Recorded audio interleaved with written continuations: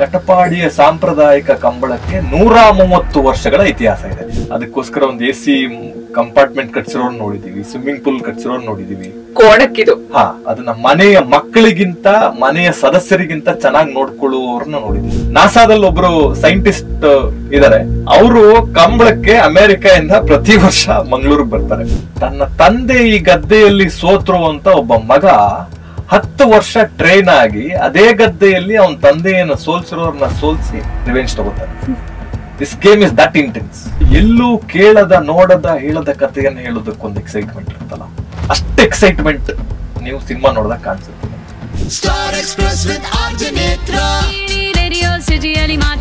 ತಮ್ಮ next cinema ಕರಾವಳಿ ಬಗ್ಗೆ ನೀವು ಕಥೆ ಕೇಳ್ತಾ ಹೋದ್ರೆ ಜೀವನದಲ್ಲಿ ಎಲ್ಲೋ ಒಂದ್ ಕಡೆ ಮನುಷ್ಯನಿಗಿಂತ ಜಾಸ್ತಿ ಕೋಣ ಹುಟ್ಟಿದ್ರೆ ಚೆನ್ನಾಗಿತ್ತೇನೋ ಅಂತ ಅನ್ಸೋಂತ ಒಂದು ಪ್ರಸಂಗ ಕೂಡ ನಡೆಯೋದಿದೆ. ಈ ಎಪಿಸೋಡ್ ನ ಪೂರ್ತಿ ನೋಡಿ ತಪ್ಪದ ಹಾಗೆ. ನೇತ್ರಾ ಜೊತೆ ಇವತ್ತಿನ ಎಪಿಸೋಡ್ ನಲ್ಲಿ ಗುರುದತ್ ಗಾಣಿಗ. ಏನ್ ಯೋಚನೆ ಮಾಡ್ತಿದ್ದೀರಾ? ಬೇಗ ಬೇಗ ಬೆಲ್ ಐಕನ್ ಕ್ಲಿಕ್ ಮಾಡಿ. ನೋಬಡಿ ಊರಿಗೆ ಬಂದು ಒಂದ್ ಗೇಟ್ ಒಳಗಡೆ ಎಂಟರ್ ಆಗಕ್ಕೆ 6 ತಿಂಗಳು ತಗೋತೀರಾ to landing your biggest cinema. ದೊಡ್ಡ ದೊಡ್ಡ ಫಿಲ್ಮ್ ಮೇಕರ್ಸ್ ಅದ್ ಕನಸು. ಟು ದಿಸ್ ಡೇ ಈ ಕಡೆ ರೆಬೆಲ್ ಸ್ಟಾರ್, ಇನ್ನೊಂದ್ ಕಡೆ ಬಾದ್ಶಾ, ಇಂಥ ಹೆವಿ ವೇಟ್ಸ್ ಅವ್ರಿಗೆ ಆಕ್ಷನ್ ಕಟ್ ಹೇಳೋದೇ. How did it all happen? Sudeep sir ಅವರು ಈ ಹುಡುಗ ಡೈರೆಕ್ಟ್ ಮಾಡ್ತಾನೆ, ಇವನ ಹತ್ರ ಡೈರೆಕ್ಟರ್ ಆಗೋ ಪೊಟೆನ್ಷಿಯಲ್ ಇದೆ ಅಂತ ಮಾಣಿಕ್ಯ ಶೂಟಿಂಗ್ ಮಾಡಿದ 2 ದಿನಕ್ಕೆ ಅವರು ಪ್ರಿಯಾಕಾ ಹತ್ರ ಹೇಳಿದ್ರು. ಪ್ರಿಯಾಕಾ ನನಗೆ ಹೇಳಿದ್ರು, ಗುರು ನೀನು ಸುದೀಪ್ ಹೇಳ್ತಾ ಇದ್ರು ನಿನ್ ಡೈರೆಕ್ಟರ್ ಆಗೋ ಪೊಟೆನ್ಷಿಯಲ್ ಇದೆಯಂತೆ ಕಣೋ ಅಂತ ಅಂದ್ಬಿಟ್ಟು. ಸೊ ಅದು ಅವ್ರ ನಂಬಿಕೆ. ಯಾಕಂದ್ರೆ ಅಂಬಿಗೆ ನಾನು ಫಸ್ಟ್ ಅಂಡ್ ಫೈನಲ್ ಚಾಯ್ಸ್ ಅಲ್ಲ. ಅಂಬಿ ಬೇರೆಯವ್ರು ಡೈರೆಕ್ಟ್ ಮಾಡ್ಬೇಕಾಗಿತ್ತು. ಅಂಬಿ ನಂದಕಿಶೋರ್ ಅವ್ರು ಡೈರೆಕ್ಟ್ ಮಾಡ್ಬೇಕಾಗಿತ್ತು. ಅದಾದ್ಮೇಲೆ ಅವ್ರು ಆ ಟೈಮಲ್ಲಿ ಪೊಗರು ಮಾಡ್ತಾ ಇದ್ರು, ಬ್ಯುಸಿ ಇದ್ರು, ಮಾಡೋಕ್ಕಾಗಲಿಲ್ಲ. ಎರಡನ್ನೂ ಬಿಕಾಸ್ ಪೊಗರು ದೊಡ್ಡ ಪ್ರಾಜೆಕ್ಟು, ಅಂಬಿ ದೊಡ್ಡ ಪ್ರಾಜೆಕ್ಟ್, ಎರಡನ್ನೂ ಅಟ್ ಅ ಟೈಮ್ ಹ್ಯಾಂಡಲ್ ಮಾಡೋಕ್ಕಾಗಲ್ಲ, ಯಾವುದಾದ್ರು ಒಂದು ಮಾಡಿ ಅಂತಂದಾಗ ಅವ್ರು ಇಲ್ಲ, ಪೊಗರು ಆಲ್ರೆಡಿ ಪ್ರಾಸೆಸ್ ಆಗಿಬಿಟ್ಟಿತ್ತು. ಅದಾದ್ಮೇಲೆ ತರುಣ್ ಅವ್ರಿಗೆ ಬರುತ್ತೆ, ತರುಣ್ ಕಿಶೋರ್ ಅವ್ರು ಕೇಳ್ತಾರೆ. ಅವರು ಆಲ್ರೆಡಿ ಇನ್ನೊಂದು ಪ್ರಾಜೆಕ್ಟಲ್ಲಿ ಇನ್ವಾಲ್ವ್ ಆಗಿರ್ತಾರೆ. ಸೊ ಬೇರೆ ಯಾರು ಆಪ್ಷನ್ ಅಂತ ಹುಡುಕ್ತಾ ಇರ್ತಾರೆ. ಅಟ್ ದ ಸೇಮ್ ಟೈಮ್ ನಾನು ನಂದೊಂದು ಕತೆ ಬರ್ಕೊಂಡು ಅದು ಪ್ರೊಡ್ಯೂಸರ್ ಹುಡುಕ್ತಾ ಇರ್ತೀನಿ. ಅವಾಗಷ್ಟೇ ವಿಲನ್ ಡೈರೆಕ್ಷನ್ ಟೀಮಲ್ಲಿ ಕೆಲಸ ಮಾಡ್ತಾ ಇರ್ತೀನಿ. ಆಚೆ ಬಂದು ನಾನೇ ಡೈರೆಕ್ಟ್ ಮಾಡಬೇಕು ಅಂತ ಒಂದು ಸಣ್ಣ ಕತೆ, ಒಂದು ಸಣ್ಣ ಬಜೆಟನ್ನು ಹೊಸಬ್ರು ಮಾಡುವಂಥ ಒಂದು ಸಿನಿಮಾದ ಒಂದು ಕತೆ ಬರೆದು ಅದಕ್ಕೆ ಪ್ರೊಡ್ಯೂಸರ್ ಹುಡುಕ್ತಾ ಇರ್ತೀನಿ. ಅದನ್ನು ಜಾಕ್ ಮಂಜು ಅವ್ರಿಗೆ ಹೇಳಿರ್ತೀನಿ ಆ ಕತೆ. ಅವರು ಗುರು ಸಖತ್ತಾಗಿದೆ ಕತೆ, ಬಟ್ ನಾನು ಇವಾಗ ಪ್ರೊಡ್ಯೂಸ್ ಮಾಡೋ ಸಿಚುವೇಶನ್ಲೆಲ್ಲ ನಾನು ಬೇರೆ ಏನೋ ಮಾಡ್ತಾ ಇದ್ದೀನಿ ಅಂತ ಅವ್ರು ಅಂದಿರ್ತಾರೆ. ಸೊ 2 ಡಿಫ್ರೆಂಟ್ ಡೈಮೆನ್ಷನ್ ಟ್ರಾವೆಲ್ ನಡೀತಾ ಇರುತ್ತೆ. ನನ್ನ ಫಾಲೋಅಪ್ ನೆಕ್ಸ್ಟ್ ಲೆವೆಲ್ ಫಾಲೋಅಪ್. ನೀವು ಹೂ ಅಂತಂದ್ರೆ ನಿಮ್ಗೆ 50 ಸತಿ ಓಕೆನಾ ಆ ಥರ ಒಂದು ಫಾಲೋಅಪ್ ನಡೀತಾ ಇರುತ್ತೆ. ಸೊ ನಾನು ಅವ್ರಿಗೆ ರೆಗ್ಯುಲರ್ ಆಗಿ ಬೆಳಿಗ್ಗೆ ಒಂದು ಫೋನ್ ಮಾಡ್ತೀನಿ, ಅಣ್ಣ ಏನಾದ್ರು ಮೈಂಡ್ ಚೇಂಜ್ ಮಾಡಿದ್ರ ಮಾಡ್ತೀರಾ ಫ್ಯೂಚರ್ ಅಂತ. ಸೊ ಆ ಟೈಮಲ್ಲಿ ಅವರು ಅಂಬಿಗೆ ಯಾರ ಹತ್ರ ಡೈರೆಕ್ಟ್ ಮಾಡಿಸ್ಬೇಕು ಅಂತ ಅವ್ರದ್ದೊಂದು ಟ್ರಾವೆಲ್ ನಡೀತಾ ಇರುತ್ತೆ. ಒಂದಿನ ಸುದೀಪ್ ಸರ್ ಮತ್ತೆ ಜಾಕ್ ಮಂಜು ಅವರು ಒಟ್ಟಿಗೆ ಒಂದು ಕಾರಲ್ಲಿ ಹೋಗ್ತಾ ಇರ್ತಾರೆ. ಅವಾಗ ನಾನು ಈ ಕಡೆಯಿಂದ ನಾನು ಫೋನ್ ಮಾಡಿರ್ತೀನಿ. ಅವಾಗ ಅವ್ರು ನಾನು ಫೋನ್ ಕಟ್ ಮಾಡಿ ಸುದೀಪ್ ಸರ್ ಹತ್ರ ಕೇಳಿರ್ತಾರೆ, ದೀಪು ಗುರು ಅಂತ ನಿಮ್ಮ ಅಸೋಸಿಯೇಟು ತುಂಬ ಒಳ್ಳೆ ಕತೆ ಮಾಡಿದ್ದಾನೆ, ಅದನ್ನು ಪ್ರೊಡ್ಯೂಸ್ ಮಾಡಬೇಕು ಅಂತ ಯೋಚನೆ ಮಾಡ್ತಾ ಇದ್ದೀನಿ. ಯಾವುದೋ ಕತೆ ಯಾಕೆ ಮಾಡಿಸ್ತೀಯ, ಬರೋಕ್ಕೆ ಹೇಳು, ಅಂಬಿ ಮಾಡೋಕ್ಕೆ ಹೇಳೋಣ ಅವನ ಹತ್ರ. ಸೊ ಗುರು ಅನ್ನೋ ಈ ಚಿಕ್ಕ ಹುಡುಗನ ಥರ ಕಾಣಿಸೋ ಒಬ್ಬ ಟೆಕ್ನಿಷಿಯನ್ ಇದನ್ನಲ್ಲ, ಅವನ ಹತ್ರ ಇಷ್ಟು ದೊಡ್ಡ ಪ್ರಾಜೆಕ್ಟ್ ಮಾಡಿಸ್ಬೋದು ಅನ್ನೋ ನಂಬಿಕೆ ಸುದೀಪ್ ಸರ್ದು. ಅದಾದ್ಮೇಲೆ ಮಂಜಾಳಂಗೆ ಟೆನ್ಷನ್ ಆಗುತ್ತೆ, ಅವ್ನ ಹತ್ರ ಹೇಳ್ಕೊತಾರೆ. ಮಚ್ ಲೇಟರ್ ನಂಗೆ ಈ ಹುಡುಗ ಹೆಂಗ್ ಮಾಡ್ತಾನಪ್ಪ ಅಂತ ಅನ್ನೋದೆಲ್ಲ ಟೆನ್ಷನ್ ಇತ್ತು.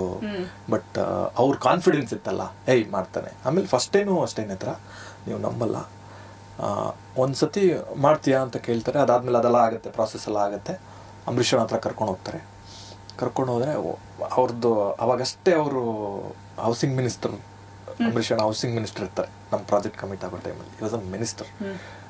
ಅವ್ರ ಟೇಬಲ್ ನಿಮ್ಗೆ ಗೊತ್ತಲ್ಲ, big with all the ministers, all the big people, politicians. ಅವರು ಬೇಸಿಕಲಿ ಅಂಬರೀಷ್ ಅವರಂದ್ರೆ ಜನ. ಅಯ್ಯೋ ನೆಕ್ಸ್ಟ್ ಲೆವೆಲ್ ಕರ್ಕೊಂಡು ಹೋಗ್ತಾರೆ.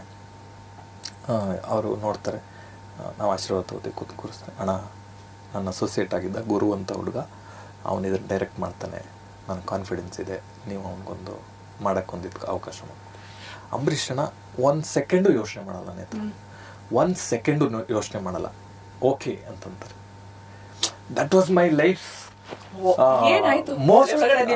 ಅದೇ ಹೇಳ್ತಿಲ್ವಾ, ಗೊತ್ತಿಲ್ಲ ಫೀಲಿಂಗ್. ಅಂದ್ರೆ ಅಷ್ಟು ದೊಡ್ಡ ಒಬ್ರ ಲೆಜೆಂಡ್ಗೆ 1 ಸೆಕೆಂಡ್ ಯಾವ್ದ ಚಿಕ್ಕ ಹುಡುಗ ಅವಾಗ ಬೇರೆ ಯಾರ ತರ ಅಲ್ವಾ ಹೇಳ್ಬೋದಾಗಿತ್ತು ಅವರು. ಯಾರೋ ಹುಡುಗ ಇವನ್ ಕೈಲಿ ಹೆಂಗಾಗತ್ತೆ ಅಂತ ಅನ್ನೋ 1 ಸೆಕೆಂಡ್ ಯೋಚನೆ ಮಾಡಿದ್ರು. ನಾನು ಇರ್ತಿರ್ಲಿಲ್ಲ ಆ ಜಾಗದಲ್ಲಿ. ಬಟ್ ಅವ್ರು ಅದನ್ನ ಹಂಗೆ ಹೇಳ್ದೆ 1 ಸೆಕೆಂಡ್ ನನ್ನ ಮುಖ ನೋಡ್ತಾರೆ, ಆಯ್ತು ಅಂತ ಒಪ್ಕೋತಾರೆ. ಬೇರೆ ನೆಕ್ಸ್ಟ್ ಥಾಟೇ ಬರಲ್ಲ ಅವ್ರ ತಲೆಯಲ್ಲಿ. So I think that moment I can never forget in my life. ಅದಾದ್ಮೇಲೆ ಅವ್ರು ಕೊಡೋ ಕಾನ್ಫಿಡೆನ್ಸ್ ಇದೆಯಲ್ಲ, ಅದ್ರ ಬಗ್ಗೆ ಹೇಳಕ್ ಹೋದ್ರೆ ದಿನಗಳು ತಗೋತವೆ. ಯಾಕಂದ್ರೆ ಅವ್ರಿಗೆ ಗೊತ್ತಿತ್ತು ನನ್ ಫಸ್ಟ್ ಟೈಮ್ ಇದೆ, ದೊಡ್ಡ ಸ್ಟಾರ್ ಕಾಸ್ಟ್ ಇದೆ, ಬಜೆಟ್ ದೊಡ್ಡದಿದೆ ಅಂತ. He made me a literally friend. ಹೆಂಗೆ ಅಂದ್ರೆ ಹೆದರ್ಕೊಂಡು ಅವ್ರ ಒಂದು ಇಂಟರ್ವ್ಯೂ ಹೇಳ್ಕೋತಾರೆ ಅದನ್ನ. ಫಸ್ಟ್ ಬಂದ್ ಪರಿಚಯ ಮಾಡಿಸ್ತಾನೆ, ಇವ್ನ್ ಚಿಕ್ಕ ಹುಡುಗ ಹರಿದೋಗಿರೋ ಪ್ಯಾಂಟ್ ಹಾಕೊಂಡ್ ಬರ್ತಾನೆ ಅಂತೆಲ್ಲ ಹೇಳ್ಕೋತಾರೆ. ಅದಾದ್ಮೇಲೆ ಹೆದರ್ಕೊಂಡೆ ಡೈರೆಕ್ಟ್ ಮಾಡಕ್ ಆಗಲ್ವಲ್ಲ. ಹಂಗಾಗಿ ಏನ್ ಮಾಡ್ತಾರೆ, ಡೈಲಿ ತಿಂಡಿ ಕರಿಯೋದು ಅಥವಾ ಈವ್ನಿಂಗ್ ಸ್ನಾಕ್ ಕರಿಯೋದು, ಟೈಮ್ ಸ್ಪೆಂಡ್ ಮಾಡೋದ್ ಜೊತೆಗೆ ಅದನ್ನ ಹಂಗ್ ಮಾಡೋಣ, ಇದನ್ನ ಹೆಂಗ್ ಮಾಡ್ತೀರಾ, ಇದನ್ನ ಏನ್ ಅನ್ಕೊಂಡಿದ್ದೀರಾ, ಈ ಡೈಲಾಗ್ ಏನು, ಈ ಮ್ಯೂಸಿಕ್ ಏನು.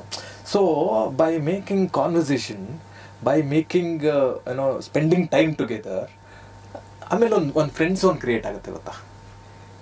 ಸೊ ಅದನ್ನ ಈಗ ನೋಡಿದ್ರೆ, ಆ ಮೂಮೆಂಟ್ ಅಲ್ಲಿ ನಾನು ಅದೆಷ್ಟು ಎಂಜಾಯ್ ಮಾಡೋದು ಏನೋ ಗೊತ್ತಿಲ್ಲ, ಬಟ್ ಈಗ ನೋಡಿದ್ರೆ it's a beautiful memories, it's a great experience for me.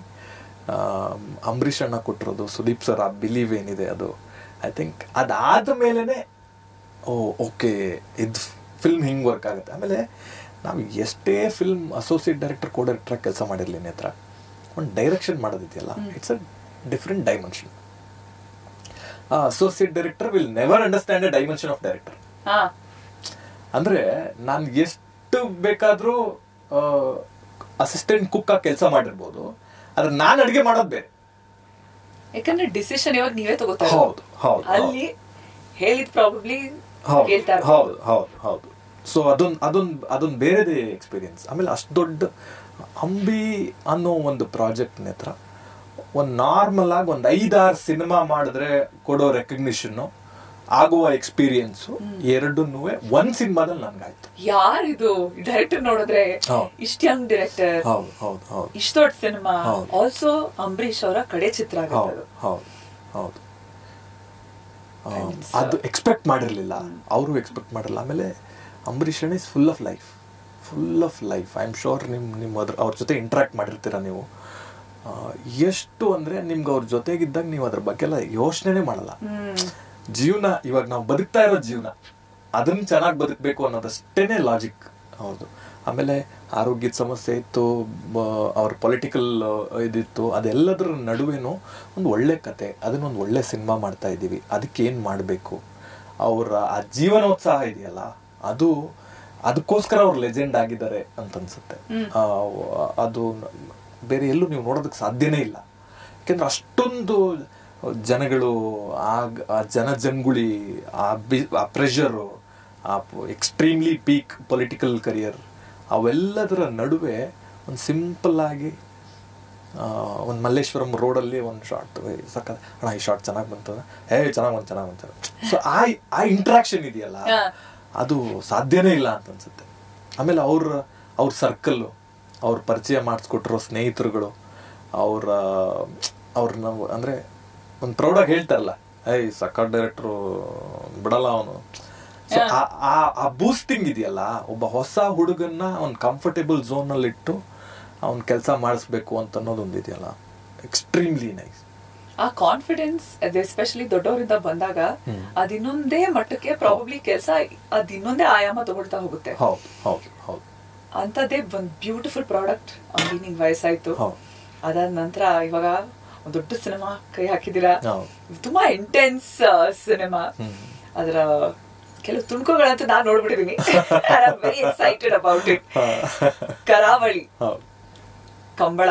ಇತ್ತೀಚೆಗೆ ಬೆಂಗಳೂರಿನಲ್ಲಿ ಆದಾಗ ಸುಮಾರು ಜನ, ಫಸ್ಟ್ ಟೈಮ್ ನಮ್ ಬೆಂಗಳೂರಿನ ಜನ ಕಂಬಳ ನೋಡೋದಕ್ಕೊಂದು ಅವಕಾಶ ಸಿಕ್ತು. ಬಟ್ ಅದ್ರ ಹಿಂದೆ ನಡೆಯುವಂತ ತುಂಬಾ ಕಥೆಗಳು, ಬಹಳ ವಿಚಾರಗಳಿದೆ. ಕರಾವಳಿ ಬೆಂಗಳೂರಲ್ಲಿ ನಡೆದಿರೋ ಕಂಬಳ ಇದೆಯಲ್ಲ, ಟ್ರೈಲರ್ ಯಾರು ಕಂಬಳ ಪ್ರಪಂಚವನ್ನ ನೋಡಿರ್ತಾರೆ, ಅನುಭವಿಸಿರ್ತಾರೆ, ಅದರಿಂದ ಬಂದಿರ್ತಾರೆ, ಅವ್ರೆಲ್ರಿಗೂ ಗೊತ್ತಿರುತ್ತೆ. ಬೆಂಗಳೂರಲ್ಲಿ ನಡೆಯೋ ಕಂಬಳ ಜಸ್ಟ್ ಅ ಟ್ರೈಲರ್. ಯಾಕೆ ಅಂತಂದ್ರೆ ಕಂಬಳ ಅನ್ನೋದು ಒಂದು ಬೃಹತ್ತಾದ ಒಂದು ಪ್ರಪಂಚ.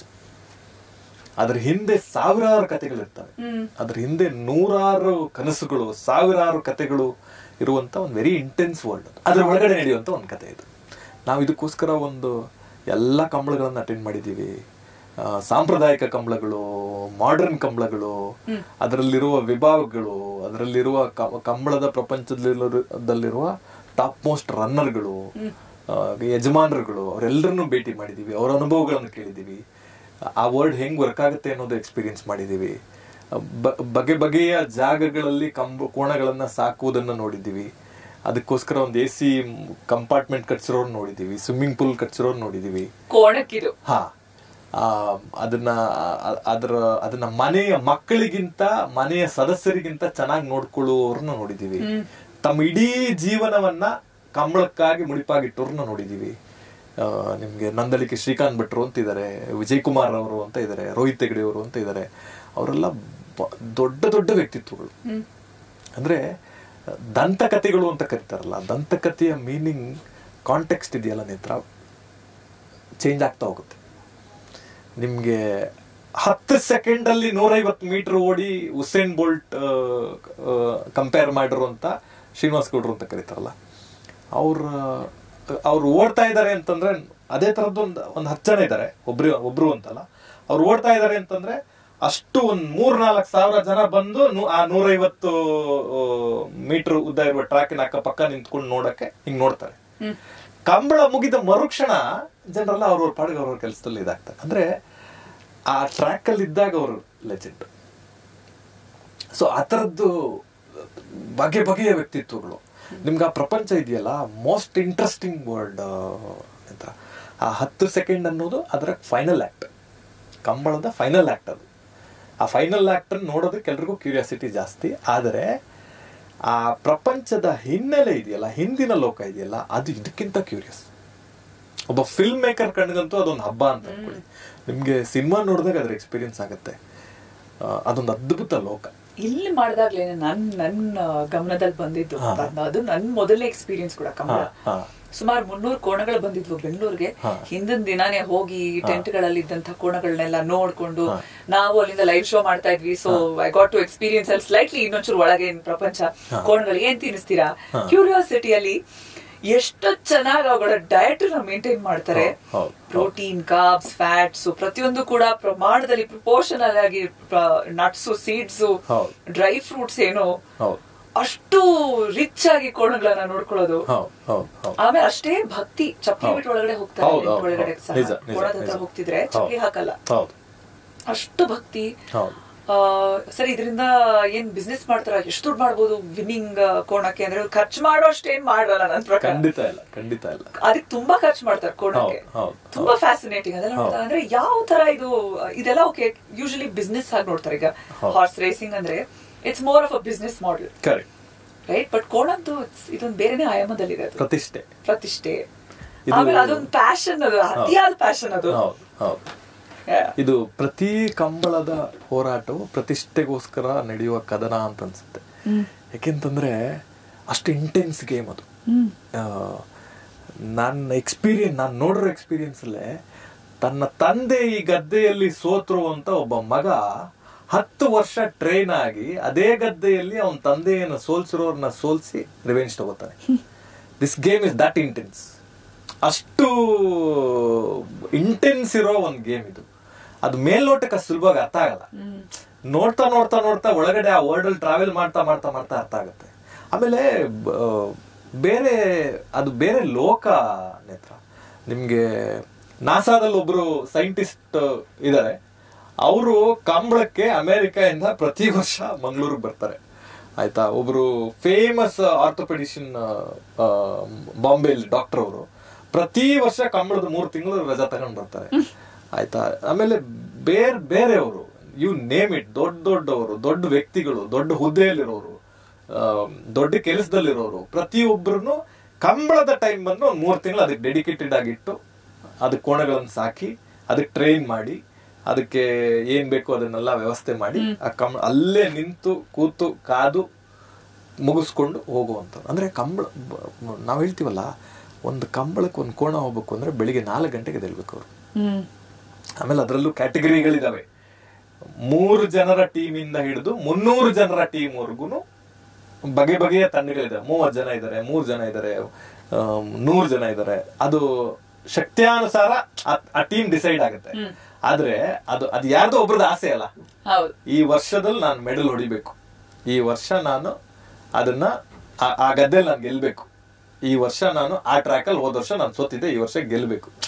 ಸೊ ಅಜೀಲ್ ಬರುತ್ತಲ್ಲ ಮನುಷ್ಯಂಗೆ, ಅದು ಎಲ್ಲಿಂದ ಹುಟ್ಟುತ್ತೆ ಅಂತ ಅನ್ನೋದೇ ಒಂದು ಫ್ಯಾಸಿನೇಟಿಂಗ್ ವಿಚಾರ. ತುಂಬಾ ಆ ಕಾಂಪಿಟೇಟಿವ್ ಸ್ಪಿರಿಟ್ ಎಲ್ಲೋ ಇದೆ. ಅದು ಅಷ್ಟೇ ಇಂಟೆನ್ಸ್ ಆಗಿ ಆಡ್ತಾರೆ. ಅಂಡ್ ಇನ್ಫ್ಯಾಕ್ಟ್ ವೈಬ್ ಕೂಡ ಹಾಗೆ ಇರುತ್ತೆ. ಇಲ್ಲಿ ಜನಕ್ಕೇನೋ ಗೊತ್ತೇ ಇಲ್ವಾ ಹೇಗ್ ನಡಿಬಹುದು ಅನ್ನೋ ಮಾತು ಹೀಗೆ ಹರಿದಾಡ್ತಾ ಇತ್ತು. ನೋಡಿದ್ರೆ ಟರ್ನ್ ಔಟ್ ಇಲ್ಲೇನೆ ಆ ತರ ಇತ್ತು ಪ್ಯಾರಿಸ್ ಗ್ರೌಂಡ್ಸ್ ಅಲ್ಲಿ. ಬಟ್ ಊರ್ ಕಡೆ ಎಲ್ಲ ಇನ್ನೂ ಕ್ರೇಜಿ ಆಗಿ ನಡೆಯುತ್ತೆ, ಬೇರೆ ಲೆವೆಲ್. ಅಂದ್ರೆ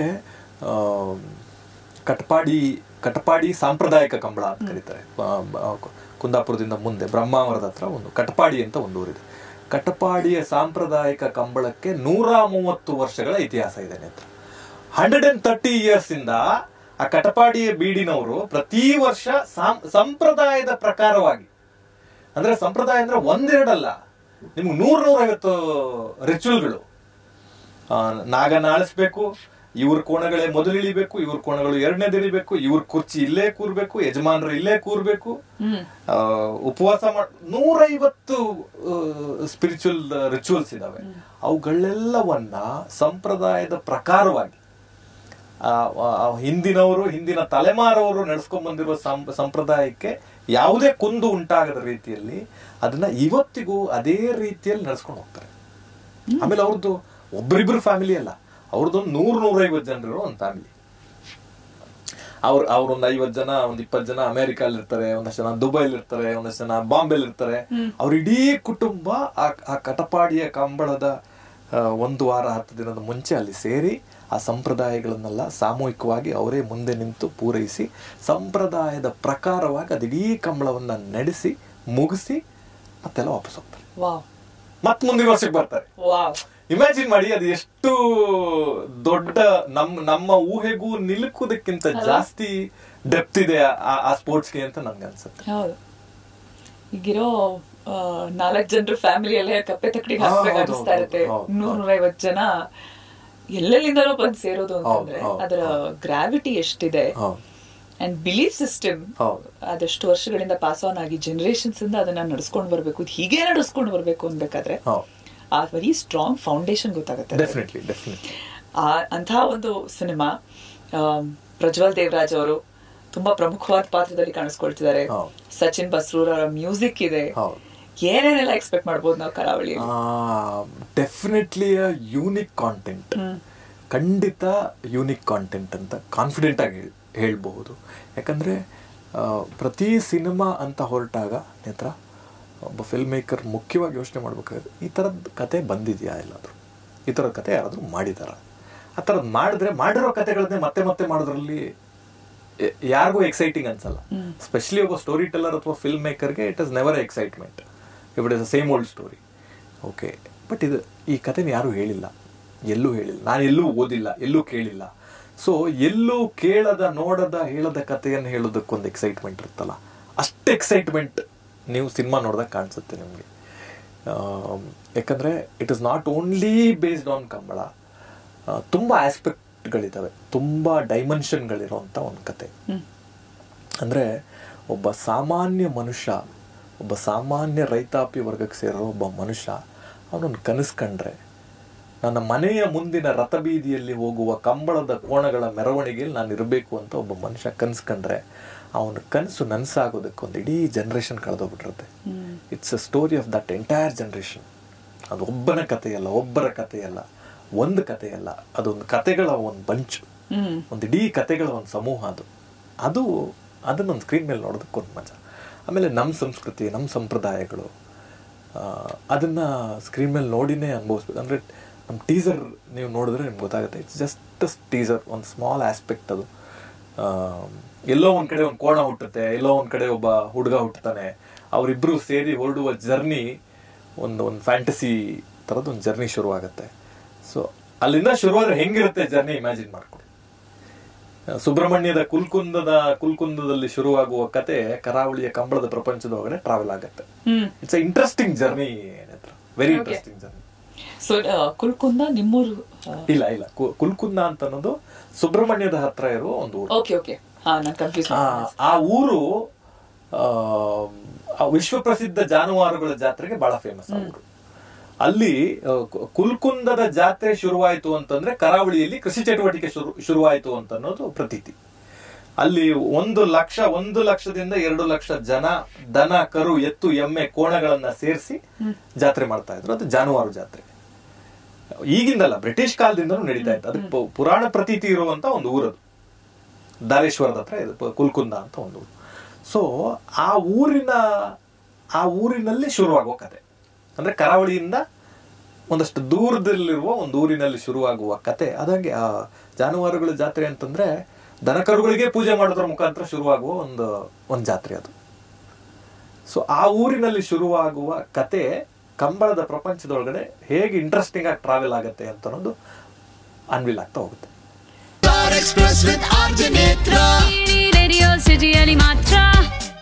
ಏನ್ ಯೋಚನೆ ಮಾಡ್ತಿದ್ದೀರಾ? ಬೇಗ ಬೇಗ ಬೆಲ್ ಐಕನ್ ಕ್ಲಿಕ್ ಮಾಡಿ. ಇಂತಹ ಹೆಚ್ಚಿನ ಕಾಂಟೆಂಟ್ಗಳಿಗೆ ಸಬ್ಸ್ಕ್ರೈಬ್ ಆಗಿ radio city Kannada YouTube channel. ಏನ್ ಯೋಚನೆ ಮಾಡ್ತಿದ್ದೀರಾ? ಬೇಗ ಬೇಗ ಬೆಲ್ ಐಕನ್ ಕ್ಲಿಕ್ ಮಾಡಿ.